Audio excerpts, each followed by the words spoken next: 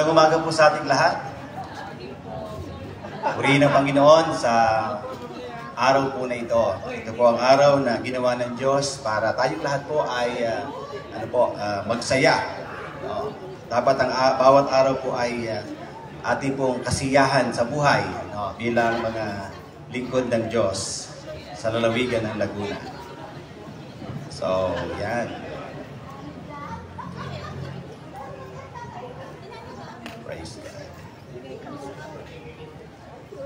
So ating pong pasimulan ang ating pong umaga ng paglilingkod sa pamamagitan po ng pagbubulay ng kanyang mga salita. At napapanahon po na ating pong kinikilala at pinagdiriwang ang araw ng mga puso. Of course, this month is a love month, February. Pero sa Lord, ang bawat araw at buwan po ay araw ng pag-ibig. Kaya dapat po ang lahat po ay dapat nakakaramdam ng pagmamahal po sa una sa Diyos at higit po sa ating kapwa. So this is the love month. That's why we cite about love. Sabi mo nga sa katabi mo, in love ka ba? Sige po, sabihin nyo, are you in love? Mga engineering. Sabihin sa katabi nyo, are you in love? Dapat to nakikita yung love. Kasi pag love ang pinag-uusapan, ay sabi din nakakasariwa daw ng hasang. Ano ho? Kaya that is normal. Because our Father, our God is love. Amen? So the love that endures forever. Sabi ho ng kanyang mga salita sa aklat ng mga awit. No, in Psalms chapter 100, for the Lord is good. His faithfulness continues through all generation. Sabi po doon sa Tagalog, mabuti ang Panginoon, pag-ibig niya ay walang hanggan. No. Siya'y Diyos na mabuti, laging tapat kailanman. O yan, di ba? No? Ang sarap i-memorize niyan. No? Na ang Diyos ay mabuti, at sabi doon, ang pag-ibig niya ay mananatili at pangwalang hanggan. Yan. I-note po ninyo yan. At napakaganda hong pagbulay-bulayan yan sa bawat oras ng ating buhay. Meron po pong sinasabi in Psalms 136, yung buong chapter po niyan, ay nagsasabi that our God, His love endures forever. Kaya sabi po, o pasalamatan ng Diyos na si Yahweh, pagkat siya'y mabuti. Mabuti po ba ang Diyos? Sabi niyon, ang kanyang pag-ibig ay pangwalang hanggan at mananatili. So siya lang po yung talagang tapat. Siya lang talaga po yung eternal. Siya lang po talaga ang totoo when it comes the word love. Because He is love. Pinakadakilang Diyos ng mga Diyos ay pasalamatan. Ang pag-ibig niya ay mananatili at pangwalang hanggan. So yan po yung mensahe ng Diyos sa atin sa araw na ito na nagsasabi na ang Diyos po, the Creator of the universe, sabi ko po nung nakaraan, dapat siya ay 100% mention sa ating mga buhay. Hindi kagaya ng mga nakaraan. We are sorry for that. Tao lang, nagkakamali. Pero dapat po talaga ma-anticipate natin, ma-realize natin that our God will make 100% mention in our life. So sino lang daw po mananatili? Ang Diyos at ang kanyang pag-ibig. Kaya dapat ay lagi po tayong nagpapasalamat sa Diyos. Na kahit ano ang kalagayan natin, ay atin po siyang pinapasalamatan. In good times and even in bad times, atin po pasalamatan ang Diyos. Ay sinasabi rin po ang Deuteronomy chapter 7, verse 9, know therefore that the Lord your God is God. He is the faithful God, always keeping His covenant of love to 1,000 generations of those who love Him and keep His commandment. Kaya kung yung salita daw po ng Diyos ay ating pong, ating kinikilala, ating pong binibigyan ng pansin sa ating buhay. Ano po? Aside doon sa mga trabaho natin, no, na mga naka-assign sa atin, ay sabi niya rito, He will keep His commandment or His covenant to all of Him who keep and love His command. So si Jesus po, lagi niya sinasabi sa kanyang mga lagad na ang umiibig sa akin ay tumutupad sa aking salita. Kaya tayo po mga mamamayan ng Laguna ay talagang dapat na magmahal at tumupad sa salita ng Diyos. Kasi sabi niya, alalahanin ninyo na si Yahweh ay Diyos na hindi marunong sumira sa kanyang mga pangako. Tapat siya sa lahat ng umiibig at sumusunod sa Kanya. Yun po yung sabi niya sa Deuteronomy chapter 7. At sabi niya ron, ay ipinadalaman niya ang kanyang pagmamahal, sabi niya hanggang sa 1,000 sanin-lahi. Pero niyo po, ang dami nun. Yung mag-4th generation lang parang minsan hindi na natin masyado maabot yon. How much more pa doon sa 1000th generation. Sabi po ng kanyang mga salita, tayo pong mga naririto, ay alalahanin po natin ang Diyos na hindi marunong sumira sa kanyang pangako, pagkat tapat siya sa lahat ng umiibig at sumusunod sa Kanya. Kaya kapag tayo po ay sumusunod sa Kanya, no, yung katapatan, hindi ho natin masyadong ma-perfect yun no? Pero yung nakita ng Diyos na we do our best, we try everything, para ho sumunod sa Kanya, yun naman po ang nire-reward ng Panginoon. Yun naman po ang nire-reward ng Panginoon.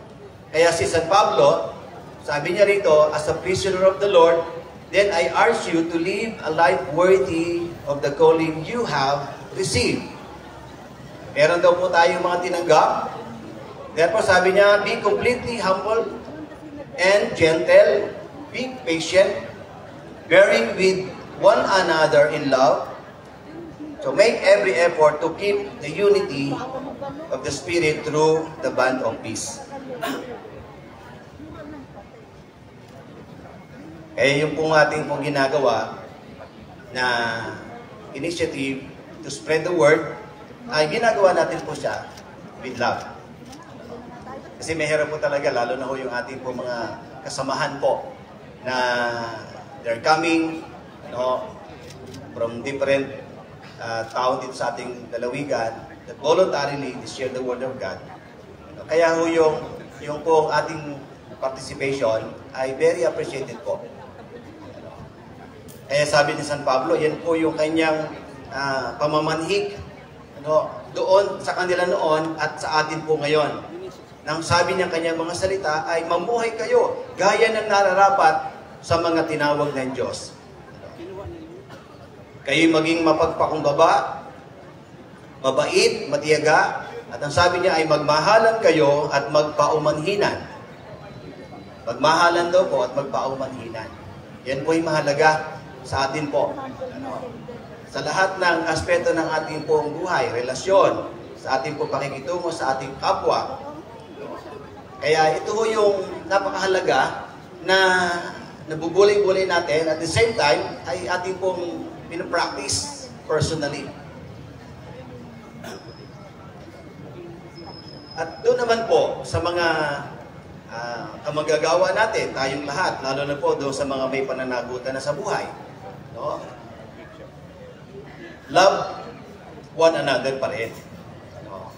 Although meron tayong naririnig, actually siguro narinig natin, may ng mga sinasabi na love one another, not love another one.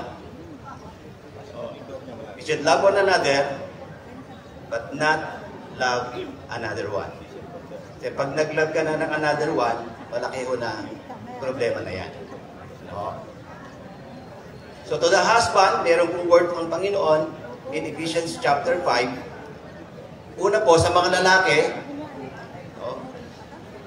Sabi ho ni Pablo, ibigin ninyo ang inyong asawa gaya ng pag-ibig ni Kristo sa church, sa iglesia. Ang mga babae naman ay dapat daw pong pasakop sa kanilang asawa tulad ng pagpapasakop ninyo sa Panginoon. So meron po tayong mga counter responsibility. Pero siyempre, as a head of every family, talagang lalaki po ang talagang dapat na we are required to do this kind of responsibility over our wives. Diba? Di ba po mga wife? Dapat talaga ang tungkulin ng asawang lalaki ay ibigin ng lubos ang kanilang asawa. Tama po ba yun, mga ma'am? Pag pumangit si Mrs., kasalanan ni Mr. Pagka si Mrs. ay nagmukhang magmukhang ewan na, ay kasalanan na ni Mr. Because of love. Maybe kulang yung love. Kaya sabi po sa verse 24, in that the same chapter, kung paano nahasakop ni Kristo ang iglesia, ganyan din naman, ang mga babae dapat pasakop ng lubusan sa kanilang asawa. So ganyan po ang pag-ibig ng Diyos sa ating lahat. At kapag kayo po naramdaman natin araw-araw, ulit niyo po, walang puwang yung lungkot. Walang puwang yung problema o yung mga bigat ng buhay.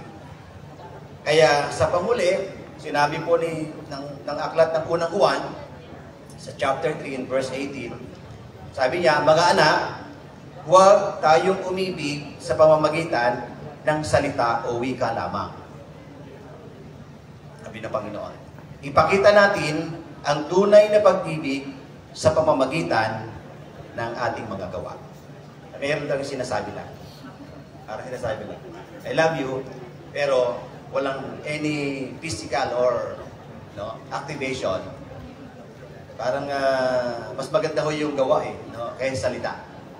Although meron naman gano'n, hindi masyadong showy. Pero mas mabuti pa rin yung sinasabi natin, pero ginagawa natin. Amen po? So, mahalaga po siya. Yan sabi niya, huwag daw tayong umibig sa pamamagitan ng salita o wika lamang, kundi ipakita natin ang tunay na pag-ibig sa pamamagitan ng ating mga gawa. Isang bagay po, sinasabi ng kasulatan, higit sa lahat, magmahalan kayo ng tapat sapagkat ang pagmamahal ay pumapawi ng maraming kasalanan. Pagmahal natin ng Diyos, mamamahal natin ng kahit na sino, ano man ang kanilang mga nagawa sa atin, we can release forgiveness, we can release love, because God is love. Kaya sa ating lahat po, nawa po ay maging inspirasyon natin, una ang Diyos at ang kanyang mga salita. Kasi hindi siya pwedeng maghiwalay. Yan ho ang statement ng maraming mga tagapanguna doon po sa isang napakasikat at dakilang bansa. Sabi ron, it is impossible to rule, rightly rule, or govern the nation without God and the Bible. Kaya po, salamat po sa lahat sa ating buhay at ating pong laging ipadama ang ating pagmamahal sa Diyos sa bawat oras.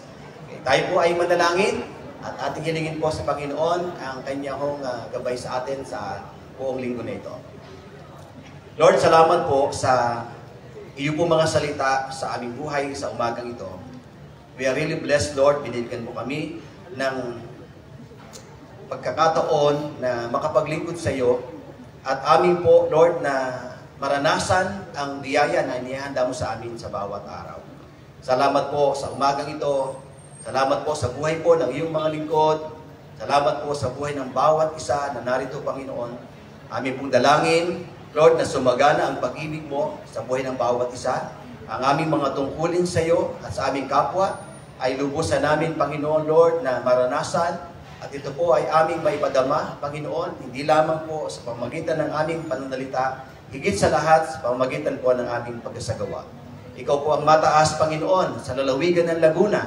Ikaw ang siyang Diyos na kilalanin, ang Diyos na dakila, lalo higit, Panginoon, na sa pagpaparana sa amin ng iyong pagmamahal, Panginoon. Ama, maraming salamat po sa iyo. Amin pong dinadalangin, Panginoon, At inaalala po namin ang aming pong kamanggagawa, Lord God, na tinawag mo, Lord, sa iyong piling, Panginoon, sa buhay po ni Ma'am Mel Bermudez. Lord God, salamat po sa lahat ng alaala na iyo pong mga binibigay, Panginoon, sa buhay niya. At salamat po, Panginoon, sa maraming pagkakataon, Panginoon, na siya ay nakasama po namin, Panginoon, sa paglilingkod dito po sa pamahalang panlalawigan. Bigyan mo po ng kaaliwan ng kanyang pamilya, ang kanyang pong mga mahal sa buhay, maging ang mga kamanggagawa po namin dito sa pamahalang panlalawigan. Lord, ang iyong Espiritu Santo ang siyang mag-aliw sa bawat isa.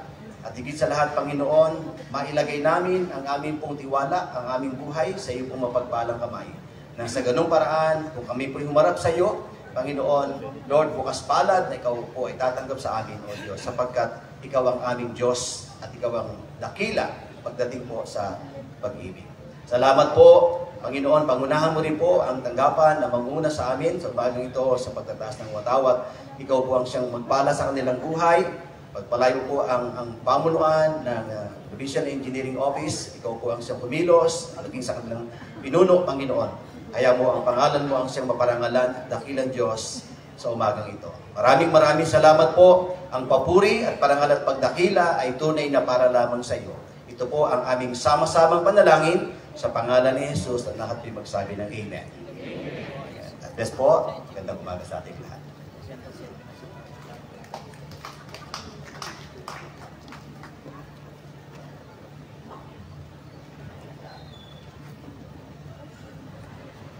Magandang umaga po sa ating lahat. Ako po si Engineer Ana Marie Castro, ang guro ng ating lingguhang pagtataas ng watawat. Upang simulan po ang ating araw, bibigyan po tayo ng isang panalangin ng ating Provincial Engineer, Engineer Pablo B. Del Mundo Jr. at susundan po ng Pambansang Haawit ng Pilipinas na bibigyang himig ni Engineer Timothy Joseph B. Escalada, panunumpa sa watawat ng Pilipinas ni Ms. Mara D. Mombael, panunumpa ng kawani ng gobyerno na pamumunuan ni Ms. Chermeline B. Elona, kredo ng Lagunenyo, Mr. Danilo O. Tuazon, bibigyang himig ang himno ng Laguna ni Mr. Roldan N. Maganito, panata sa Bagong Pilipinas ni Engineer Marshall Ian Valles, at ang Bagong Pilipinas hymn po na bibigyan himig ni Ms. Maria Lea R. Oblepias at Engineer John Carlo N. Altobar. Thank you, Engineer Mimi Castro. Okay.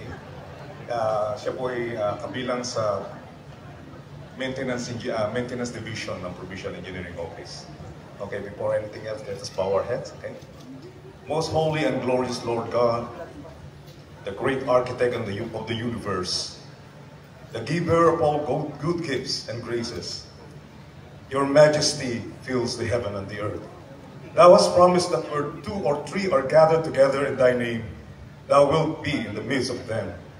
In thy name we assemble, most humbly beseeching thee to bless us in all our undertakings, that we may know and serve thee aright, and that all our actions may tend to thy glory and to our advancement in knowledge and virtue, and beseech thee, O Lord God, to bless this our present assembly, and to illuminate our minds with the divine precepts of thy holy word, and teach us to walk in the light of thy countenance, and when the trials of our provisionary state are over, be admitted in the temple not made with hands, eternal in the heavens.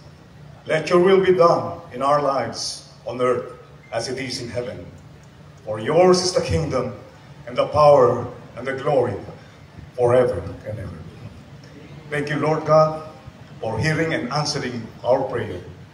In the mighty name of Christ Jesus we pray. Amen.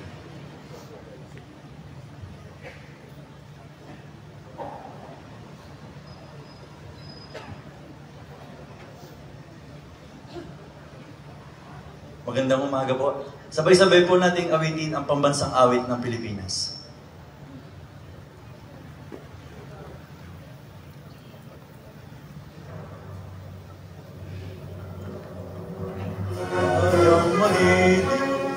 Silanganan, alam ng puso, sa dibdib mo'y buhay, lupa, sa manlulupi.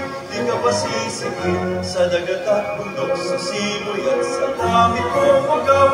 May dilagang tula at hawit sa kayang minamahal. Ang isap ng watawat mo'y tagumpay na nagniningning.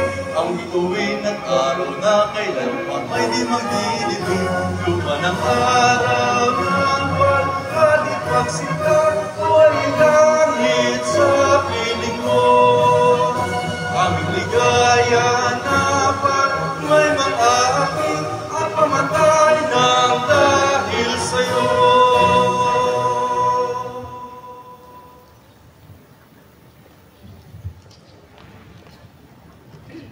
Itaas po natin ang ating kanang kamay para sa panunumpa ng watawat ng Pilipinas. Ako'y Pilipino, buong katapatang nanunumpa sa watawat ng Pilipinas at sa bansang kanyang sinasagisag, na may dangal, katarungan at kalayaan na pinakikilos ng sambayan ng makadiyos, makakalikasan, makatao at makabansa.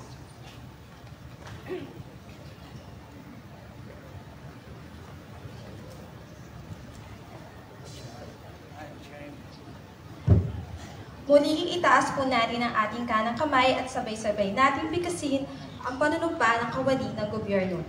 Ako'y kawani ng gobyerno. Tungkulin ko ang maglingkod ng tapat at mahusay. Dahil dito, ako'y papasok ng maaga at magtatrabaho ng lampas sa takdang oras kung kinakailangan. Magsisilbi ako ng magalang at mabilis sa lahat ng nangangailangan. Pangangalagaan ko ang mga gamit at kasangkapan at iba pang pag-aari ng pamahalaan. Magiging pantay at makatarungan ang pakikitungo ko sa mga lumalapit sa aming tanggapan.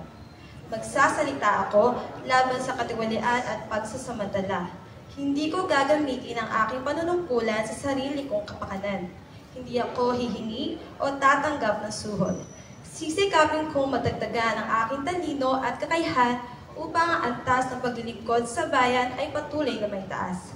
Sapagkat ako'y kawani ng gobyerno at tungkulin ko ang maglingkod ng tapat at mahusay sa bayan ko, at sa panahong ito, ako at ang aking kapwa-kawani ay kailangan tungo sa isang maunlad, masagana at mapayapang Pilipinas. Sa harap ninyong lahat, ako'y taus-pusong nanunumpa.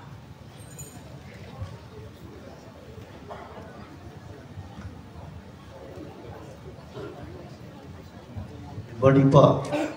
Muli po nating itaas ang ating kanang kamay at bigkasin po natin ng sabay-sabay ang kredo ng Lagunenyo.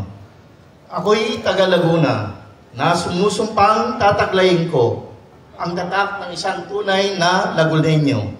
Ikinararangal at pinagmamalaki ko ang maging isang Lagunenyo. Hindi ko ipagpapapalit sa dayong kultura ang nakalulugod na kulturang aking kinagisnan. Ipagtatanggol ko ang likas na yaman ng aking lalawigan laban sa mapangwasak na gawi at asal. Sisikapin kong maging instrumento ng pagkakaisa, ang pag-uunawaan at pagmamahalan. Ang lahat ng ito ay gagawin ko hindi sa paghahangad ng pasariling pakinabang, kundi maging magandang halimbawa at pamana sa susunod pang salinlahing Lagunenyo.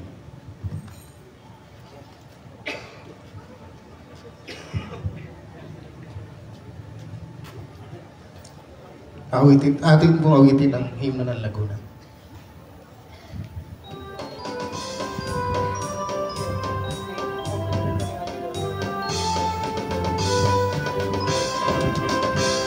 Laguna, oh Laguna, lalawin ang warangan, daming pinagpala ng rubihing bathala, supling mong pinili ng bayani ng lahi, kapurihan at tagal ng ibig kayo manigin. Namuga yung pangalan sa lisan ng kalibigan, sa lawa magkapahalan, mga bayaning na himlay, katuwa ng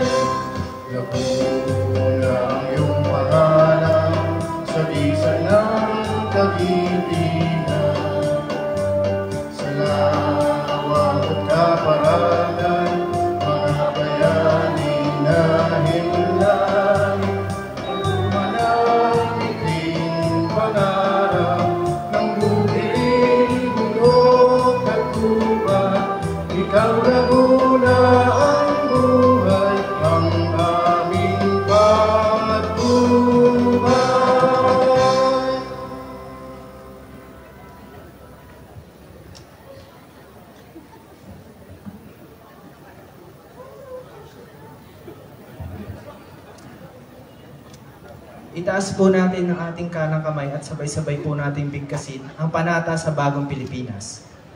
Bilang Pilipino, buong pagmamalaki kong isa sa buhay ang bagong Pilipinas. Buhay sa aking dugo ang lahing dakila, magiting at may dangal. Palaging dadalhin sa puso, isip at diwa ang aking pagmamahal sa kultura at bayang sinilangan. Kaysa ng bawat mamamayan, iaalay ko ang aking talino at kasanayan sa pagpapaunlad ng aking bayan. Taglay ang galing na naaayon sa mga pandaigdigang pamantayan, magiging instrumento ako sa pagsulong ng kagalingan, karunungan at kapayapaan. Makikiisa at makikilahong ako sa mga adhikain ng pamahalaan dahil ang kaunlaran ay hindi lamang responsibilidad ng iilan. Isusulong at pangangalagaan ko ang karangalan, kalayaan at interes ng aking bayang minamahal. Bilang Pilipino na may pagmamahal, pakialam at malasakit, hindi makasarili kundi para sa mas nakakarami, tatahakin ko ang landas tungo sa isang bagong Pilipinas.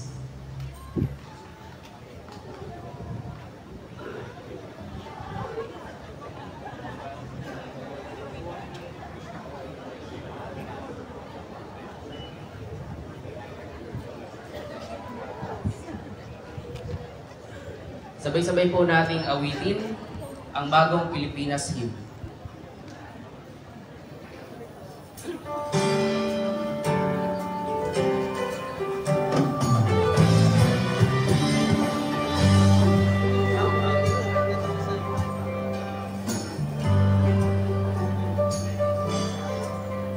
Panahon na ng pagbabago, dahil sa ito ay kinakailangan tayo na magtulong-tulong na paunlarin ng mahal nating bayan.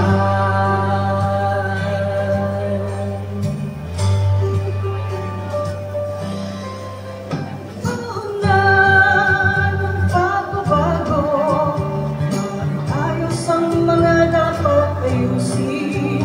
Dapat na maging tungkulin ang bawat mamamayan dito sa atin.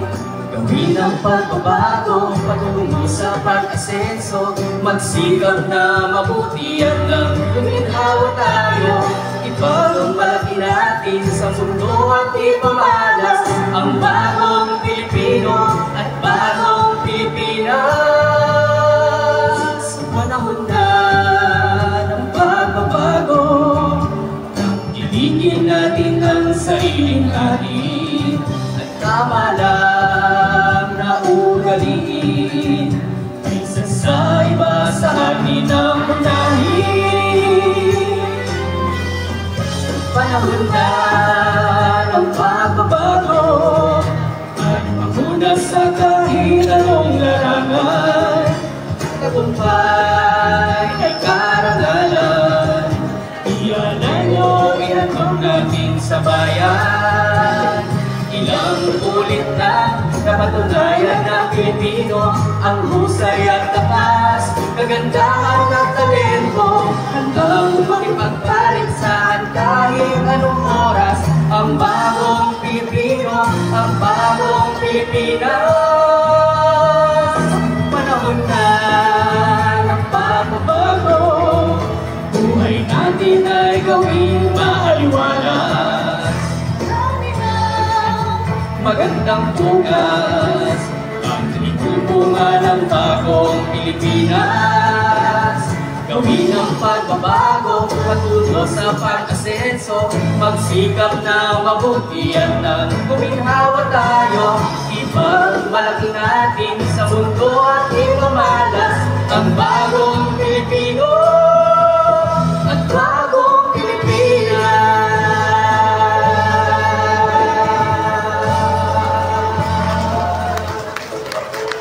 Panahon na.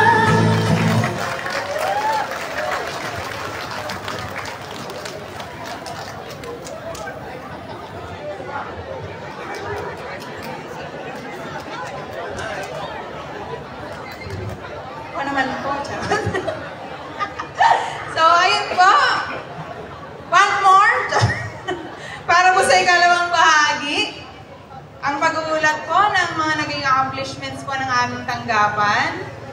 Nais ko lang po ipakilala ang napakagwapo at napakatahimik na aming hepe. Ano po?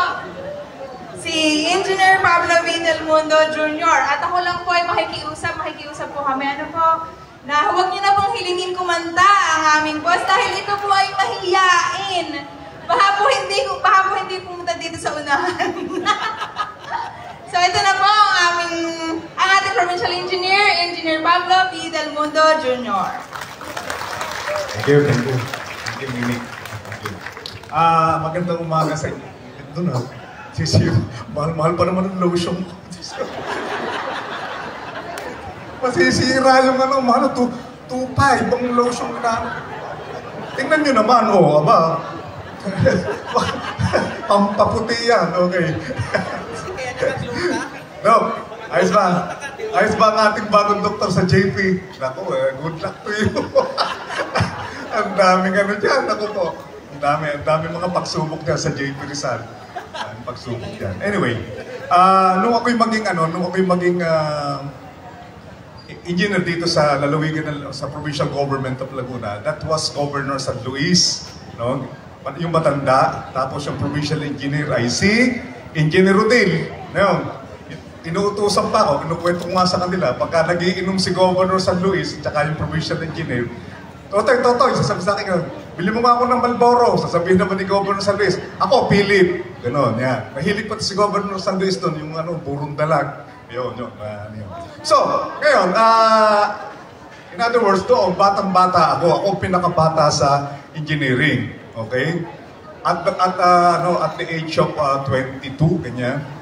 Okay? So, ngayon, ako na ang pinakamatanda. I will be 65 this coming Friday. 65. So, yun na yun.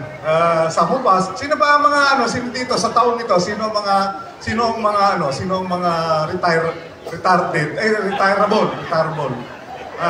Huwag na kayong matako, ayan. Tumas kayo ng kamay, huwag kayong maswerte kayo dahil umabot kayo ng ganyang edad. Tingnan niyo kailan niyo ba yung si Jung Bagayong ba yun? Yung sa accounting? Batang-bata pa yun, 45 lang yata yung 50. Diba? Ayun, bigla na lang bumagsak. Pasalamat kayo. Pasalamat ako. At nakarating ako, by grace of God, nakarating ako sa ganitong edad. Diba? Sasabihin na, thank God, nakarating ako. Nalampasan ko ang lola ko, nalampasan ko sa ganung edad. Yung iba, hindi na nakabot ng 50. Tepok agad. Yun ang So, ang kaibigan nila, yung si Limesa, si Balubayan, yun ang mga nila ngayon. So, ngayon, dito sa, nung ako'y maging hepe ng provision, ng maintenance division, I see to it na yung mga tao ko na siyang lumalaban sa front. Kasi yung mga tao, itong mga to, lumalaban yan sila sa front, kumbaga sa battlefront yan sila. Tayo, nagsusupervise lang. I see to it na yung kanilang pangangailangan, yung kanilang benefit ay nakukuha nila. In fact, when I became the provincial engineer, pag-upo ko, siguro consecutive yun. Pera lang ang COVID. Nakatatlong promotion ako sa mga tao ko. Di ba? Palakpak naman kanya. Biro lang. Mahal na mahal ko yung mga tao kong yan dahil sa mga utos ni Governor, sa utos ni admin, some extent, sa utos nila, ni Atty. Patirayo, and sa mga request ng mga departments na nag-aano sa amin, pwera pa yung mga barangay, pwera pa yung mga homeowners association, lahat sa amin ng bato ng mga request na yan, sila ang nagtatrabaho niyan. Bagamat alam ko yung kaya nga dapat pag ikay mag